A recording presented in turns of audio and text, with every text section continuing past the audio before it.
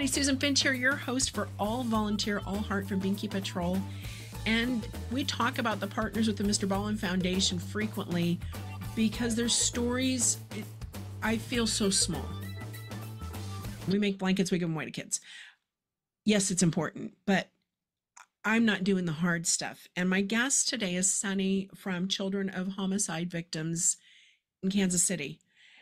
And that's a really heavy topic right there, isn't it? The name of the organization. Sunny, I want to welcome you. Thank you so much for joining me. Thank you so much for just giving us the opportunity and creating this platform for us to be able to share. You're welcome. I'm wondering, I've given a little taste of what this is about. Your name says a lot, what your organization is about and your mission. Can you dive into that a little bit more, though? And then tell us, what's your story? How did you come to be here? Yeah. Children of Homicide Victims is a community-based organization in Kansas City that aims to restore love, hope, and faith to children who lose their parents to homicide in the Kansas City metro area. Our mission is to restore those aspects, but also to help these children conquer adversaries by providing them resources and a community of support. And our whole goal is that if we can impact, support, and introduce these children towards healing and violence prevention programs, then they'll be able to tackle the mental health issues that comes with trauma and grief after losing a loved one or a parent to homicide, and decrease that intergenerational trauma and cycle of violence within our community.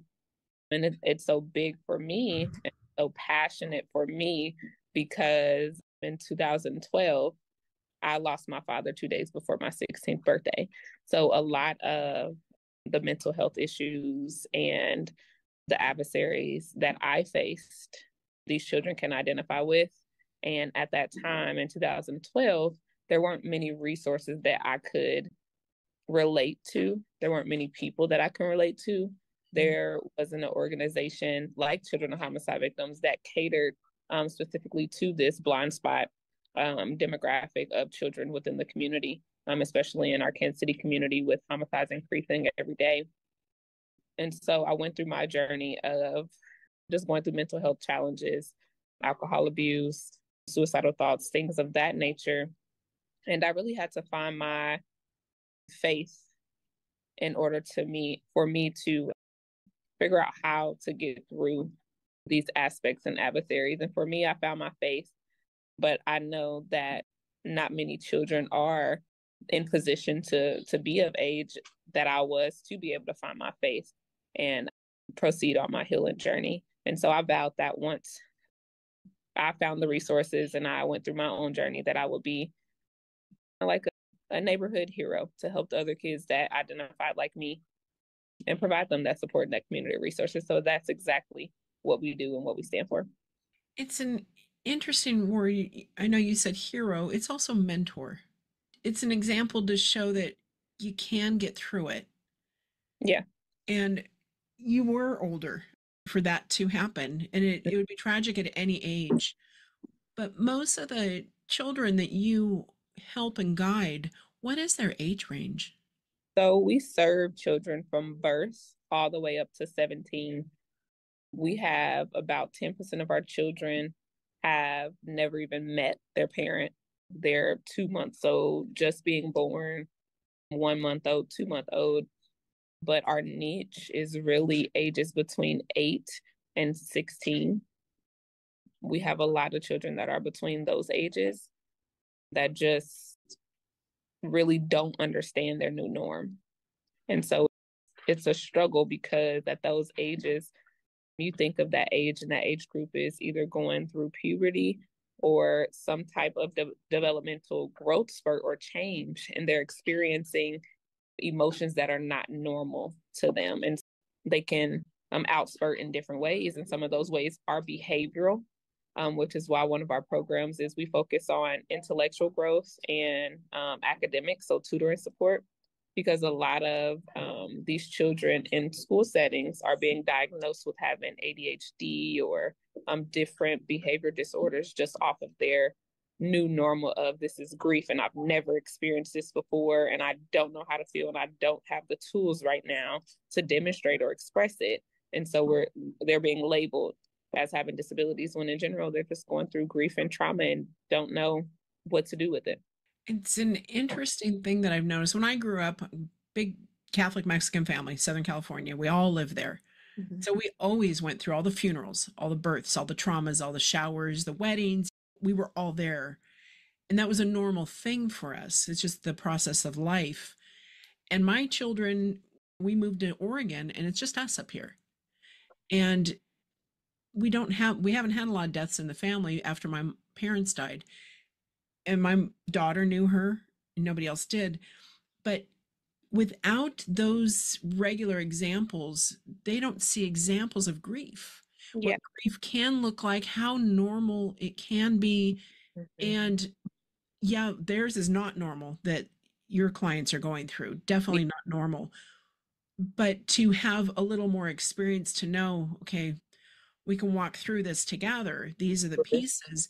And I think it's a more of a generational thing because I think this generation not only has more traumas, but also does not have that same support of the aunties, the cousins, and everybody else to keep them in line, to support, to listen, to say, man, this sucks, dude. Come stay at my house. Auntie will take care of you. There's so much that's missing that it sounds like you are doing everything possible to fill those voids. Yeah, absolutely. And the biggest thing with us is, like I said, we try to be a community-based organization. We have children that we're celebrating our 6th year this year, but we have children that have been with us from the year 1 up until year 6. And you just see how these children come together to build that community of support. And they're excited to see each other every month or going to the outings together or celebrating the holiday season, which is coming up. What we're doing together, they just get excited knowing that I have a friend that can identify, can experience, and I can share these same feelings with and talk it through. And then ideally also because majority of our team, 75% of our team are children of homicide victims, aside from myself. So being able to see like these people are leading me and they've experienced, I've experienced too, I can relate. And I can see that my life doesn't stop here, that I have a testimony of victory at the end of this. And I can also be a community changer just like they are. That's one of our special places. We're really big on community and just allowing these children to feel like we're a part of their family, to be that support. I would think too, one of the biggest challenges is to help them walk through that this is not what defines them. This is not the opener that they ever have to give, that they learn that they are way more than a child of a homicide victim. Mm-hmm. Because I see different traumas and people lead with that. That's controlling your whole life then. Mm-hmm. When you lead with that, but these friendships, I'm sure, give them strength and interest and things they can do together outside that they're not talking about it all the time, that they have others. Yeah, that's there. And yeah, absolutely. And so we named ourselves Children of Homicide Victims, but we abbreviated COVE just because of what a COVE is and what it stands for. It's a shelter place upon a bay, and it was just a protected piece of island. But that's what they say. I'm a child of a homicide victim, and they changed the narrative of what that means. That doesn't mean, oh, I'm sad, I'm depressed, I have mental health issues. When they say they're a child of a homicide victim or they're a COVE kid, they're saying it proudly because they know that growth and victory is in who I am, and that this may be a circumstance that changed the trajectory of my life or changed what I thought was a norm, but my norm is going to be a newfound faith, a newfound love, and a newfound hope for my future. It's just really exciting to see the children as they come through and they go through our program, and you just see so much growth year in and year out. Are there any stories or any, without naming names, of course, that you can share of those positive journeys? Yeah, I think one of our biggest impact story is a girl who, and she was an older young woman, she entered our program through our 2nd year, and she was just really standoffish, slight behaviors at school. They tried to label her as having ADHD as well, but when she went through our program, she just really started to open up. You see her open up. She had lost her dad at 5 months old, so she's going through grief and trauma without really understanding why or how, because a lot of people don't think, oh, a 5-month-old baby is not going to notice or not going to realize. But you have to think, if 5-month-old baby feels the detachment from the mother, then they are going to feel abandoned or neglected, or they're not getting that comfort. So a 5-month-old baby absolutely can start the grief process. A 5-month-old baby can feel an absence when the absence is not there. And as they grow, not understand, why am I continuously feeling like this or feeling this way? So she is one of those kids. Her father was murdered when she was 5 months old. So no found memories besides pictures, things of that nature. And so her growing up into a teenager, she just had these certain behaviors that followed her throughout her journey, just from her being a child of a homicide victim. And through our program, she became consistent. She became more open to going through therapy and things of that nature. She even started to become a volunteer to mentor other kids as she grew, and eventually actually started to serve on our board. Now she graduated from UCM, which is a college in Missouri, in Western Missouri, and now she's starting her own business and helping young women. So that's our greatest impact story, is just seeing how a child can enter our program, and then by the stage that they're of age to branch out, they can literally just change the trajectory of what we're labeled as, which is at risk. Because we experience trauma and grief, we're just at risk for going to the juvenile detention center, or we're at risk for having mental disabilities just because the act of someone else. And I don't think that's fair, but this just goes to show you that, yeah, we could be at risk, but it doesn't mean that is the last point in our life or the last chapter in our story. And then I can also share, actually today it's so funny because before this, I got a call from a caregiver, and it's a young woman's mother. She's about 7, 8 years old. She's in elementary school, and maybe a few months ago, she was just having issues in the classroom, taking things that didn't belong to her, acting out. And she lost her father when she was 4. And so we just keep her accountable, have those conversations, tough conversations with her, make sure that we're just showing her like we see her. Mm-hmm. And her mom calls on me on FaceTime, and they're celebrating a big ceremony because she's student of the month. And so just those small wins, and just seeing like how us being there to support her, whether it's in physical or virtual, just brighten their day and wants to make them do better, because they know that there are people out there that care about them. So that's another success story for me. That's a fantastic success story. When my daughter was in preschool, and you watch kids, they show off, everybody wants attention, they want the teacher's attention. And I watched and asked the teacher, I said, what is your top advice for a parent of a preschooler? And she said, praise the mediocre. Mm-hmm. Absolutely. They don't have to spike to get your attention. Mm-hmm. When they're just status quo, hanging out, acknowledge it, because then that's what they will strive for, is just that balance. Yep, absolutely. And that is correct. That is absolutely true.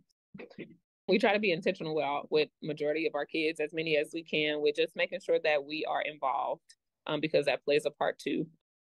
Being that we are a community of children who are going through trauma and grief, trust is a big thing. And so building those relationships, especially those dynamics, to where we have situations where some of our children are actually in the foster system or in the state system because that parent is no longer here because they were taken away from them.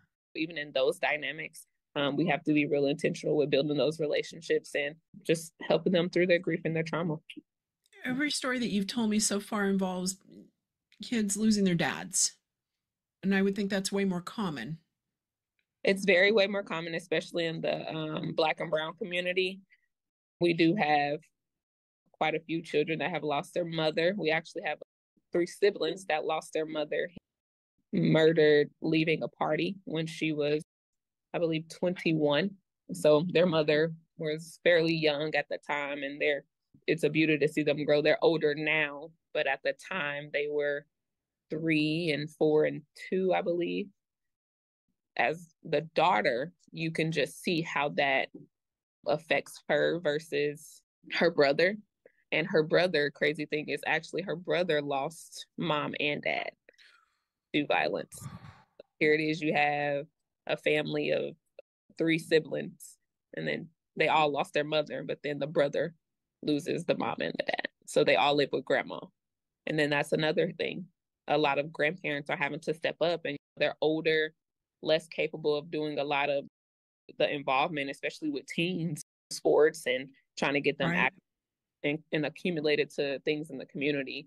And like I said, we pride ourselves on being an organization full of resources and a community of support. And so wherever we can pitch in, whether that's using a transit to transport them to wherever they need to go, or helping financially when we have the funds available.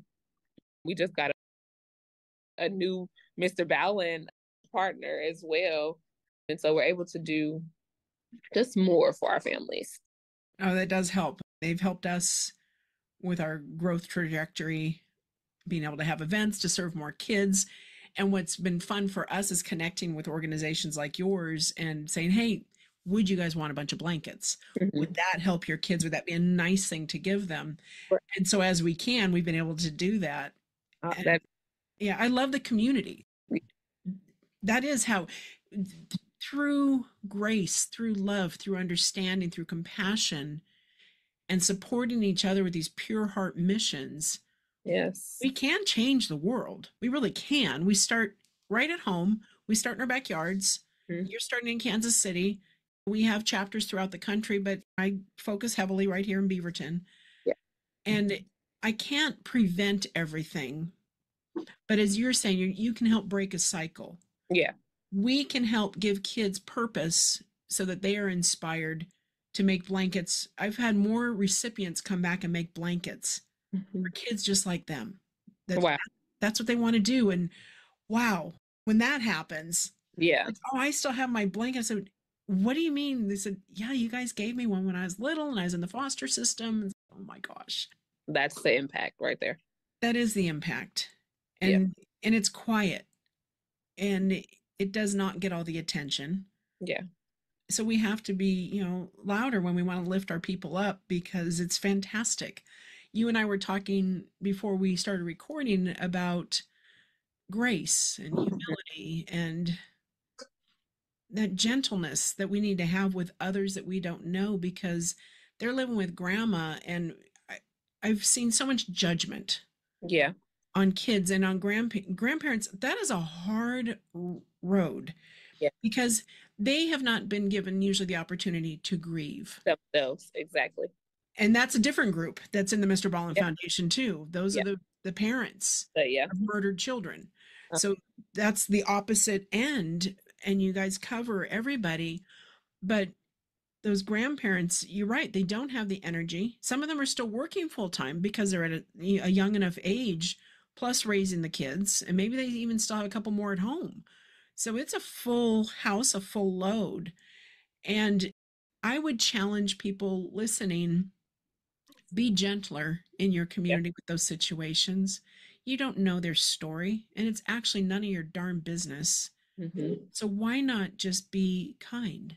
Yeah. Yeah, I agree. I definitely agree. Because you don't know. Just like the old proverb, you can't judge a book by its cover. You just never know. No matter what race, homicide and gun violence has no eyes. It has no type. It's everybody's affected. There may be a trend versus more higher in a certain demographic, but it happens to all of us, and it's happened every day in different industries, in different cities, in different states. So grace and more grace. Yes. Now you're focused in Kansas City. Are there any additional locations, chapters, or anything, or you're just there on your own? No, I actually founded Children of Homicide Victims. This is the very first location. This is the very first chapter, but that is a plan in our future, is to branch out, because we've realized that there's a greater need to all of this, especially when it comes to our future leaders of the next generations that are coming up behind us. So that is in our plans. That is okay. I will follow that definitely to see how that grows. And scaling up is difficult, especially when, to me, it's a requirement. Anybody that would lead one of your locations, they need to have gone through it. And the people serving, we talk about this on our podcast, is how do you scale up? How do you start to say, okay, I want chapters. Let's start small. Let's do these. Yeah. And that discernment process, especially for what you do. Yeah. It's so much more. I mean, for us is go make some blankets. Okay, I'll make blankets. That's a totally different thing than what you guys go through. Yeah. It definitely takes doing your research and being accustomed and getting involved in other communities. Yeah. And getting to know other people. We have a lady on our team that is actually from Chicago, and that was one of our identifiers, and she actually moved to Atlanta. So again, that will be another one of our. So we are very intentional, and like leading this type of organization, you have to have the heart and do it to serve with passion and purpose, because you have to do a heart check when you do this work. You really I couldn't do it. I don't even deliver blankets because I cry too much, or I want to take all the kids home and have them here. Can we have a party? Why don't you guys just all come to my house and we can just hang out and we can make blankets together? So that is my heart check, is I have a delivery team, and they give me that distance to be able to just run the organization and stay in touch with my local chapter, be the cheerleader. That's awesome. And that we do what we can, as long as we're still going toward that same goal. Yeah. Oh, that's amazing. So what would you want listeners to know, or a call to action or a challenge? What would you give them? My challenge would be to, one, extend grace, like we've been saying this entire time, but also outside of grace, you got to stand in the gap with us in order to see a true change in our community. Yeah, these children are affected, but these children also are the future leaders of the next generation. And what is happening to them is not just affecting them, but it's affecting our community. And so in order to see more impact or success stories through these children who are our future leaders and our future community changers and policy changers and all of that jazz, we have to have support. Just whatever that looks like, whether it's sending in donations for clothing or monetary donations, or I know everyone is not all in Kansas City, but even if you are in Kansas City on a cruise or a tour, just stopping by to show these children that there are other people outside of us that relate to each other, that care about us and want to see us succeed and be better. So just volunteering as well. I know one of the other Mr. Ballin partners, the Angels in the Outfield. I don't know if you've had the opportunity to meet them. I love part of their goal is the kids that they help that have been through trauma, help them be just like every other kid, that nobody notices they're different. So if that means getting an instrument to rent to be able to take lessons, to get to soccer practice, having somebody cheer them on at an event because mom and dad couldn't make it, or mom's only there, or whatever it is, there are ways, folks, for you to help with what you can do. And maybe it is supporting those grandparents that are now raising those kids. Like, how can we help take your load off? How can we help you with that lift? Is it just the fact that the uniforms just cost too much? You want help with that? Do they need a tutor? Where can other people slip in if they cannot be directly involved? Maybe they can take the little tiny wish list that people put in, that are helping these kids at home. That's true. So how can people learn more about your organization? Where do they go? You can go to our website. It's cohbkc.com, or you can also follow us on our social media handles. On Instagram, it's cohbkc, and then on Facebook, it's just our name, Children of Homicide Victims. Fantastic. I will put that in the post as well. Thank you so much. Everybody has that. It's been a pleasure to meet you, Sunny. I'm so glad that we could finally do. Yes, we've been putting this together for a few months, so I'm very glad we were able to do it. We will publish this next week. Okay. And we'll have a guest package for you too, with some social media things that you can use to make it easier for you to share it out. Yeah, for sure. Awesome. That sounds like a plan. That sounds great. Thank you so much, Sunny. It's been a pleasure. Find us at binkypatrol.show. You can get all of the episodes, or in your favorite podcast apps. And we will look forward to inspiring you in the next episode. Absolutely. Thank you so much, Susan. Thank you.